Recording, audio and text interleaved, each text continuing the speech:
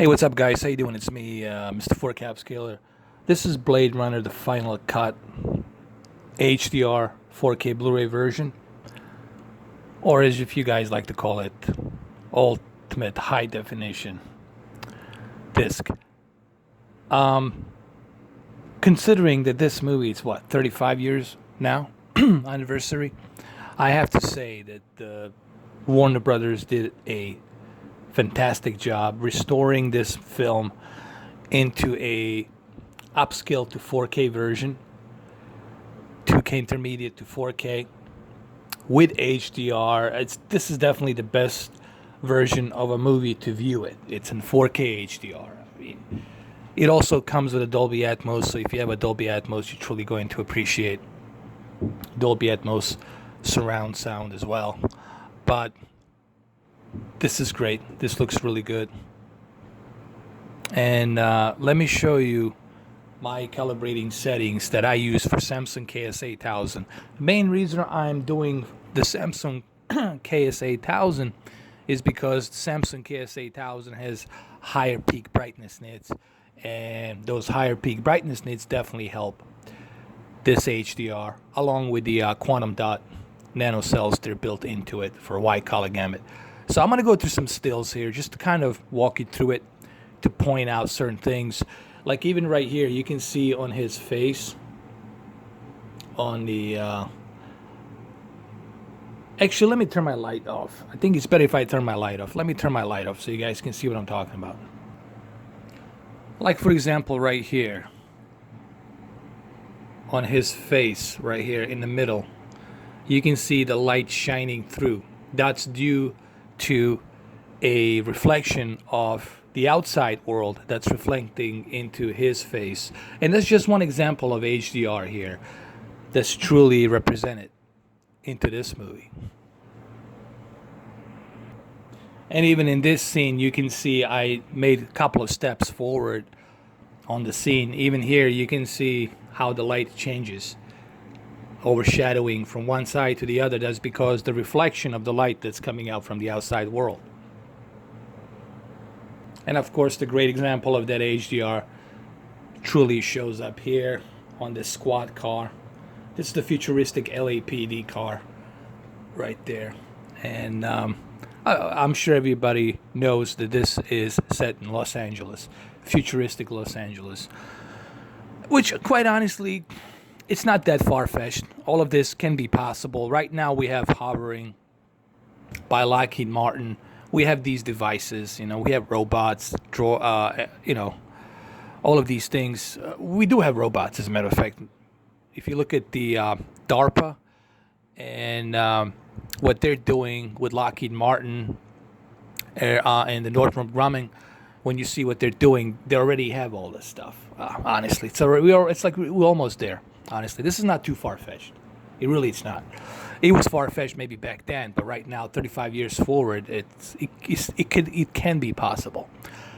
Now, in terms of the androids, well, that's a whole other story. That's maybe like 100 years from now, or maybe more, 200 years from now, we'll probably have something like that. There's just so much depth of field here on the HDR version. Again, you have to keep in mind this is an old movie. It was shot with film, celluloid, and you got to remember the restoration of this film that's 35 years old, and then being upscaled to 4K with 2K intermediate to 4K with HDR. This is definitely the best version of this movie with a Dolby Atmos that you can experience.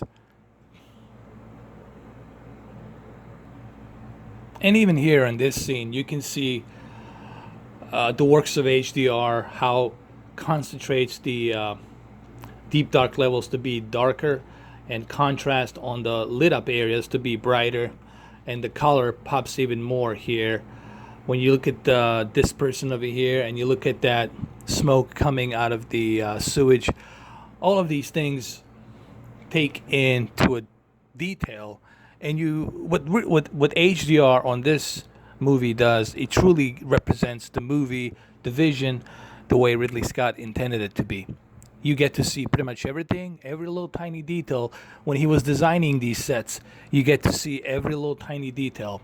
And that's what he even talks about when he talks about this movie in the commentary. Now you truly get to, with 4K and HDR, you get to appreciate the movie that he made in the past. You know, all of this stuff took time to build these sets, to coordinate all of this. Now you get to see all these details. And even here, where it says Yukon, you see that where it says Yukon and then Coca-Cola over here. You know, there's a bunch of brands right here on this movie. You see Coca-Cola right there, Enjoy. And then Yukon. And you get to see, even here, you can see inside, I swear to God, you can see inside this apartment complex. And right here, you can see HDR doing its job, overshadowing this light right here on the building. So the reflections are perfect. You can even see the raindrops as they're coming down. You know, so they definitely spent a lot of time. This is not some half-assed version of HDR. The studio, Warner Brothers, definitely spent a lot of time making sure that the transfer and HDR on this movie, Blade Runner, it's the best possible one. And they definitely did that. And even in this scene, here we are in a very dark scene that's overshadowed and reflected by the street buildings and lights and all of that stuff that's in this movie outside. Even here, you get to see depth of field where HDR is truly representing that shadow and light naturally. And the main reason why this movie works so well for HDR is because the way it was shot. It was shot mainly at night with all of the city lights and LEDs and strobe lights reflecting. So that's what HDR really needs. It needs those deep dark levels and bright levels. And this movie just breeds. It was really perfect for HDR. Same thing goes for the Close Encounters of the Third Kind as well. But mainly this movie because the way it was shot, the way Ridley Scott shot the movie. And I'm showing you this scene as well because in this scene you get to see next to Harrison Ford's hands on the upper top center right here, you get to see the reflection of a light right there. It's some kind of a moving light that's reflecting off of the bathtub. And that's just one example of what this transfer of HDR is doing and the kind of detail that you're going to see. Now, if you have a A1 OLED, then you're definitely going to appreciate this even more. Here's another great representation of HDR right here between the deep dark levels and bright levels. And of course here we're outside now, and not only do we have reflecting of the wet surface and the light and the rain, but on top of that we have all of these LEDs being represented here in the movie. Those are fluorescent lights. You know, they didn't have LED back then. They were using fluorescent light, but nonetheless it still gets the job done. And this is the main reason why HDR works so well on this movie, because the way it was shot. The entire movie was shot like this, with the bright lights and the contrast, high bright levels, deep dark levels, reflecting light, all of that makes HDR just flourish here. And here's another great example of HDR doing its job. Please keep in mind, guys, that this is an old movie. You know, we're talking 35 years old movie.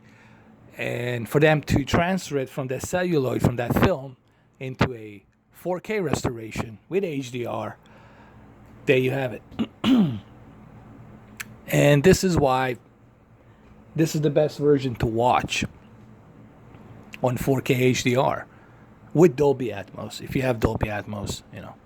Again, also it will depend on what type of TV do you have. If you have a QLED TV, if you have a Samsung KS-8000 or 9000 with a high peak brightness and nanocrystals, quantum dot technology, then yeah, it's going to look even much better. You know what I mean? But if you have an OLED C7 or E7 or B7 or even C6 or even Sony A1, E, then you're definitely going to appreciate this as well. Now, if you have a Z9D, then you're truly going to appreciate this movie on Z9D Sony. Even here in the Rutger Hauer's, that's the actor face right here. When you look, he plays a Nexus. I mean, they're from Nexus, I'm sorry, but he forgot the name. I just know it's a Rutger Hauer. I forgot the name of the character. They came from Nexus. They came down to the planet, our planet here, trying to find its maker. You know, I'm sure everybody knows the story of Blade Runner. I don't want to spoil it. You can see his reflection here of HDR doing its job as well. Like right here, for example, you know, he did such a phenomenal job, man. Rutger Hauer here. I'm surprised he didn't win an Oscar. Like I was like, if Rutger Hauer couldn't get a Oscar for this movie, then especially at the end, the lyrics at the end, what he said, tears of the rain. Yeah, man, he should have got an Oscar. But anyway, let me show you one more still, and then I'm going to show you my calibration for this movie on Samsung KS-8000. And of course, we got here Brian James. He was in a bunch of movies, man. 80s, 90s. He always plays like a bad guy or sleazy guy or villain, or it's always one of those type of shady characters. But he's a great actor. So what I'm going to do next is I'm going to show you my calibration settings for Samsung KS-8000. I'm going to turn the lights on and everything. All right, so let me show you my custom picture settings calibrations that I'm using for Samsung KS-8000. There will be a TCL 55P605 calibration as well. But first thing first, let me show you what I'm using here. All right, remember these three. When it comes to HDR, they're always going to be like this, because the HDR automatically will set it up, all the backlit to maximum and all the contrast to maximum. Brightness, you should leave it at 50 because I already have my gamma to -3. The only reason I moved gamma to -3 on this television is because of that edge lit, because I'm trying to get those deep dark levels. The one thing this TV doesn't have, it doesn't have perfect deep dark levels. So what I try to do is leave the brightness at 50 and then move the gamma to -3 so I can get a little bit better deep dark levels. And that's the reason why.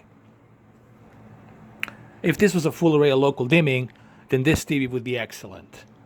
It would be perfect. So those three are always going to be like this. Sharpness, honestly, you should always keep sharpness at 0. You don't have to take my word for it. You can ask any professional calibrator out there. You can ask anybody, and they'll tell you the same thing. Sharpness should always be at 0. Color at 50. Why at 50? Because you already have HDR. Okay, you already have that HDR popping out, and you already got those quantum nano dot cells behind the panel, so you don't need to oversaturate your colors. You can leave it at 50. Okay, that's why I leave the color at 50. Digital clean view, I leave this on automatic because when I switch between 4K movie and a cable, that way I don't have to go switch it back and forth. This only turns on if the chip detects that there's some noise that needs to be filtered out. We're talking about digital noise from the cable. Auto Motion Plus, I always turn this off. Why would you want? I'm really not a huge fan. First of all, the movie was not shot in 60 FPS, was shot in 24. So why would you want to move something that's not recommended by a filmmaker? If Ridley Scott wanted to shoot this movie in 60 FPS or 120 hertz or 120 frames per second, he would have shot the movie 120 frames per second. However, there is one movie that could have been shot in 120 frames per second, was Saving Private Ryan. But even that would look kind of ridiculous, okay? There's a reason why directors film with 24, okay? Because that's what the movie is all about. That way you can tell when it's a movie and it's not a soap opera that you're watching, okay? Only for the sports, Auto Motion Plus, I can see a benefit. If you're watching sports or if you're playing a racing game, that's about it. All right, so let me show you. Let's go further down more. Let's go to the picture. Remember, backlit 20, brightness 50, contrast 100, sharpness 0, color 50, auto motion plus off, smart LEDs high because I'm trying to get that peak brightness out of this TV, which is 1100 plus 1400 nits. You can go up to 1400 nits depending on the movie and the content that you're watching. There's a way to measure that. And of course, everybody knows this. You have to have your UHD color on to take the advantage of HDR. Dynamic contrast off, you don't need that. And color tone, it's standard. Honestly, this is a personal preference. I'm just not a huge fan of warm one, too yellow, and then cold tone of blue. I like it to be in between. So I just leave it at standard. And the gamma, this is the trick. I move the gamma to -3. If I move gamma to 0, then I'm gonna get those. It's not the deep dark levels. Not gonna be as dark as I wanted them to be. They're gonna be way too bright. So I leave gamma at -3. So there you have it, guys. Hopefully, this helps you out. And of course, color space native. It's always at native. I never mess around with it. I always leave it at native. So there you have it, guys. This is the Blade Runner, the final cut. I highly recommend you get this 4K UHD HDR movie, if you can find one, as a matter of fact. They're really hard to find. It's the top-selling 4K movie. It's going to represent your HDR the way it should be, considering this is a movie that's 35 years old. Okay, so there you have it, guys. This is Mr. 4K Upscaler. Thank you for watching. See you soon.